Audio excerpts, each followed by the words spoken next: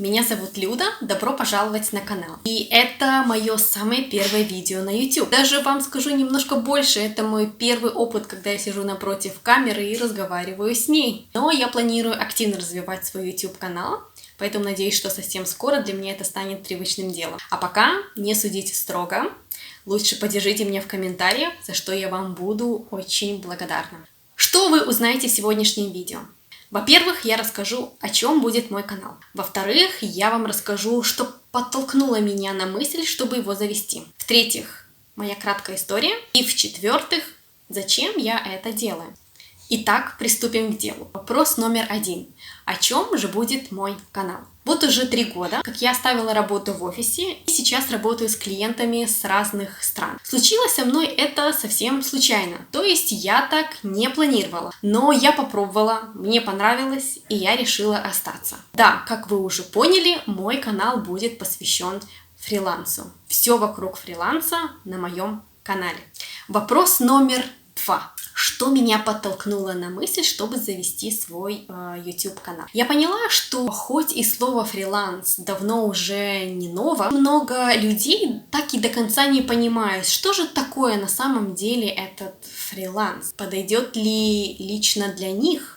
И можно ли найти удаленную работу в их сфере деятельности? С чего начать фриланс? Сколько зарабатывают фрилансеры? И много других вопросов, которые я получала от своих знакомых и друзей, когда они узнавали о том, что я занимаюсь фрилансом. Для того, чтобы ответить на эти и многие другие вопросы для большей аудитории, я решила завести свой YouTube канал. Если вы услышали слово фриланс и подумали, что я наверняка очередной дизайнер или программист, то вы ошиблись. На самом деле именно так подумала бы я пару лет назад, потому что я считала, что на фрилансе могут найти себя только представители из очень узкого круга профессий. Но сегодня в мире интернета и цифровых технологий вы можете себя найти на фрилансе, будучи представителем очень широкого круга профессий, будь то вы учитель, художник, инструктор по йоге, юрист, бухгалтер или даже доктор. Лично у меня на момент, когда я перешла на удаленную работу, за плечами было уже 7 лет опыта работы в сфере корпоративных финансов. Я тогда только получила свой аудиторский сертификат и работала в самой крупной аудиторской компании в своем городе. И планировала, что проработаю там еще не 1 десяток лет. Но сегодня я очень благодарна судьбе за то, что дала мне этот шанс.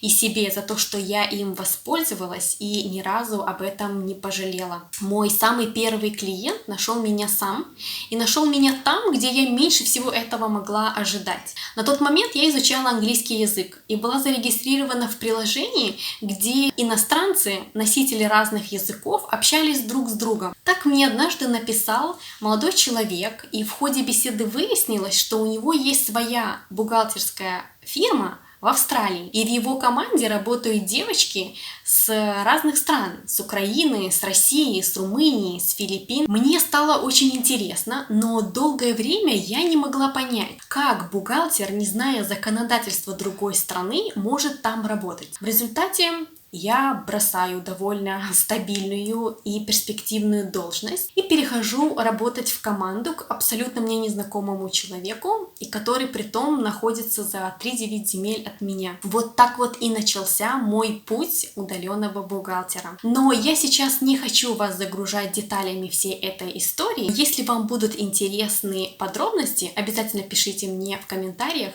я отвечу на все ваши вопросы. А в продолжении истории работы с моим первым иностранным клиентом хочу сказать, что для себя я вывела 3 очень важных урока, которые помогли мне дальше развиваться и находить новых, все более интересных клиентов. Во-первых, именно тогда я узнала о существовании фриланс-бирж. Да, сегодня для меня это, конечно, звучит смешно, но тогда, 3 года назад, я ничего не знала о их существовании.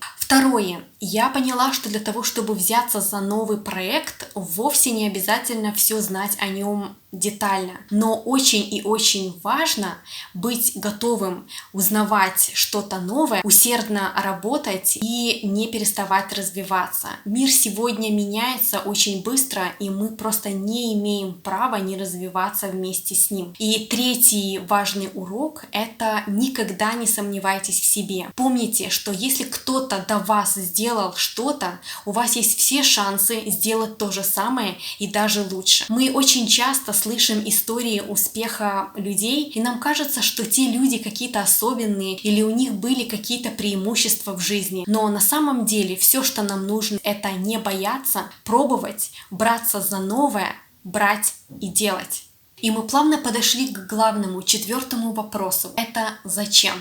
Зачем я это делаю? Зачем я пишу это видео и все последующие? Мне искренне хочется вселить уверенность в тех, кто давно сомневался в своих возможностях и в себе. И показать, что мы можем взять ответственность за свою жизнь и менять ее к лучшему. Если вы тихо ненавидите свою работу, вам вовсе не обязательно оставаться на ней до конца своих дней. Вы можете найти себя за пределами своего офиса и существенно повысить уровень вашего счастья.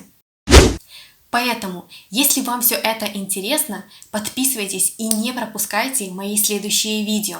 Я обещаю вам рассказывать в деталях все, что я знаю, делиться своим опытом и знаниями, поэтому не стесняйтесь, задавайте вопросы в комментариях.